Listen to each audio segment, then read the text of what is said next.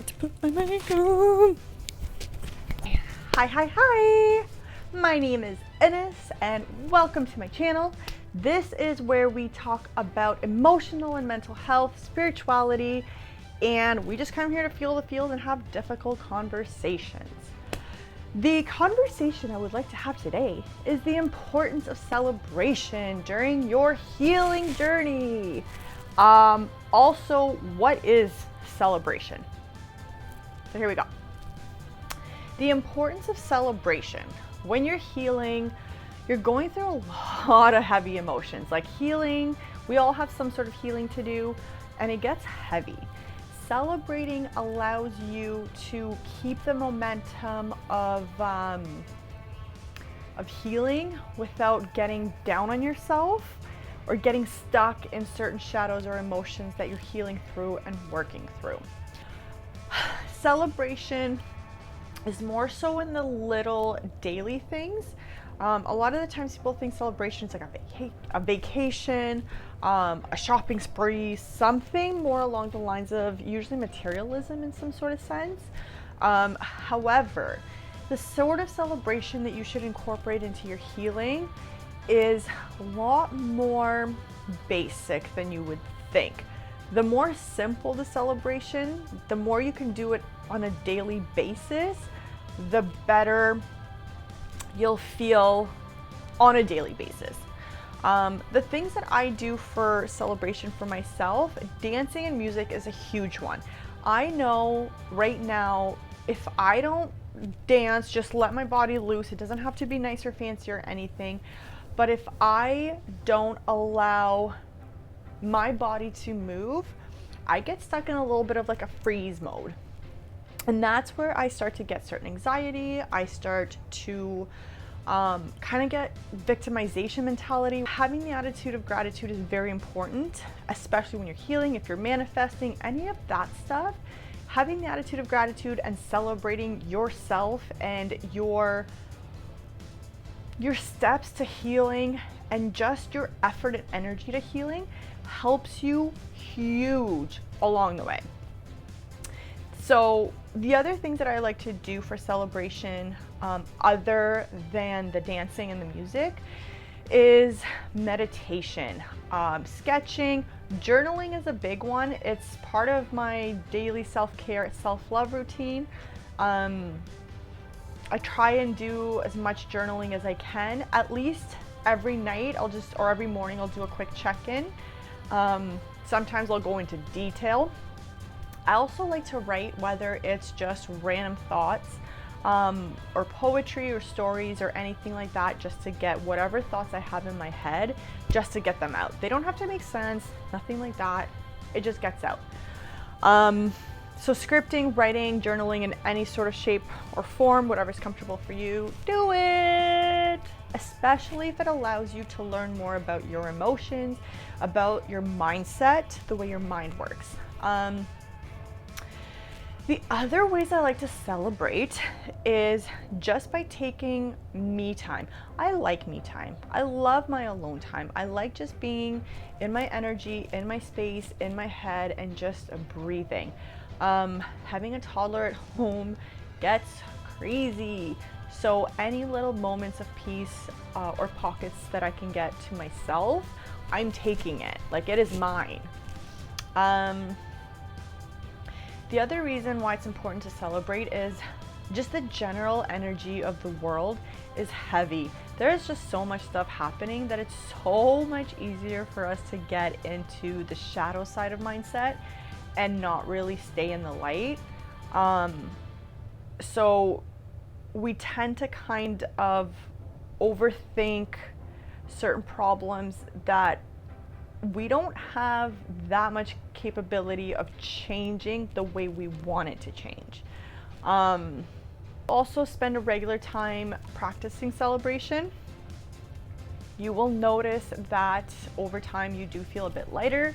Maybe you're better capable of making decisions. Maybe it's easier for you to think certain things, or you might also not be as hard as hard on yourself as you had been in the past, simply because now it's like you have a better understanding of your emotional and mental process, your mindset, how it's programmed, what needs to change, and celebrating how far you've come already. And I mentioned this in another video, but when you're journaling, it's very important that every once in a while you kind of look back and reread your journal.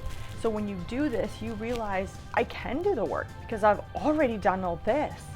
And if you ever get stuck in an emotion that just kind of like almost traps you in it, and you just can't seem to get past this emotion, get past this level, past this test, whatever it might be, looking back through your journal and seeing how you've overcome other things can help you learn how to overcome this. So, what does celebration mean to you? How do you celebrate life on a regular basis? What do you do every single day that puts a smile on your face? Is it having coffee and watching TV first thing in the morning? Is it settling down with a snack and your favorite book at the end of the day? Whatever it is, pay attention to it. And if you don't have anything, now is the time to start. Start with self-care, self-love. Incorporate certain things you can celebrate into that. Self-care, self-love is important. You need to spend time on that. You need to fill up your cup before you can be a mom, a worker, an employee, an entrepreneur, whatever it is. Before you can be a human being, you need to fill up your cup, and that comes through the self-care and the self-love. For me personally, the dance, the journaling, the sketching, that's all part of my self-care and my self-love, because I know that I need to do these things as part of my daily routine. Otherwise, I do find myself trapped in an emotion I don't want to be trapped in. So celebrating every single day and finding time to celebrate yourself is insanely important to your healing journey. You can't just do all the heavy work without taking the time to breathe and just enjoy yourself. And you'll hear a lot of spiritual people talking about hermit mode. A lot of the times when we have done a lot of heavy stuff, we are almost like forced to go into hermit mode, which means that it's different for everybody, but it's kind of, I like to treat it as your cozy alone time. And that's just kind of protecting your energy, reviewing all the things you've already learned, getting deeper into the meditation, and just finding ways to relax and breathe for a bit of a longer period of time. So if celebrating yourself and self-care is something you can't do on a daily basis, find once or twice a week at least 20 minutes where you can.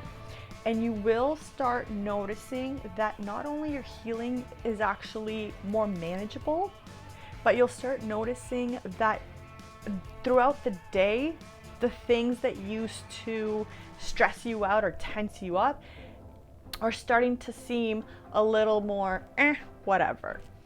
But yes, I know that the world we live in today, healing itself, emotional health and mental health alone is like a privilege. Not a lot of people have opportunity and the means to do the healing, and that's one of the reasons why I have this YouTube. I've gone to a therapist and they always say the same thing to me. You speak to your emotions, you talk to your emotions, just keep doing that.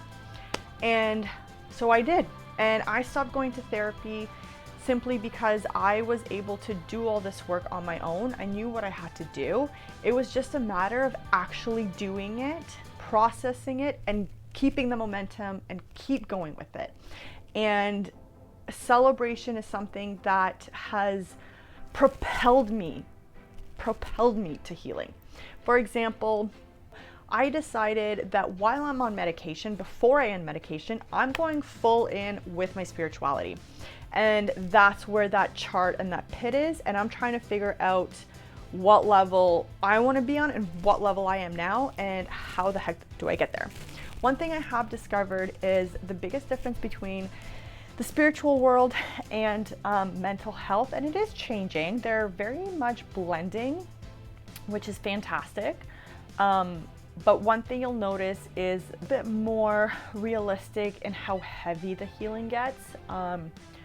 Spirituality, I feel like, understands the depth of the shadow work that you have to do and how much of a toll it can take on you. And the spiritual community very much supports and celebrates celebration. And I know a lot of us spiritual people are more on the activist side of things, but I think, when we take time to just, for me, for example, I love fashion. There's something about clothes and style and fashion that just boosts my creativity, and it's one of my celebrations. And seeing a lot of spiritual people like on TikTok and stuff like that, just being honest with their emotions, but then also being honest with, you know what, I celebrated with McDonald's today, or I celebrated by going out and having a drink today. I celebrated with not doing any work today and staying in bed and being lazy. And you'll just hear them talk a lot about and being very honest about their emotions, but also being very honest about how they're not perfect, how they're going to slack on something, how they're going to rebel against spirituality. But that was it on this episode of the importance of celebration. I hope that gave you guys a bit more of an idea of how important it is to have more time to yourself to do the things that you want to do. And I hope you can start looking at your daily routine and start finding ways to have more me time in there for yourself, because you deserve it. You're doing the healing, you're doing the work, you deserve a little fun and relaxation, even if it's not as regularly as you want. Make an effort at least once in a while. Okay, thank you guys. I love you. Thank you for being here. As always, feel free to contact me or leave comments below. If there's anything you want to talk about, if there's any difficult conversations you want to have, we're here for that. Okay, I love you. You're doing great on your healing journey. Just the fact that you're trying to heal is a huge win. Give yourself a hug, give yourself a round of applause, a pat on the back, and go dance, go celebrate right now, and drink your water and eat good food. Okay, I love you. Mwah. Bye.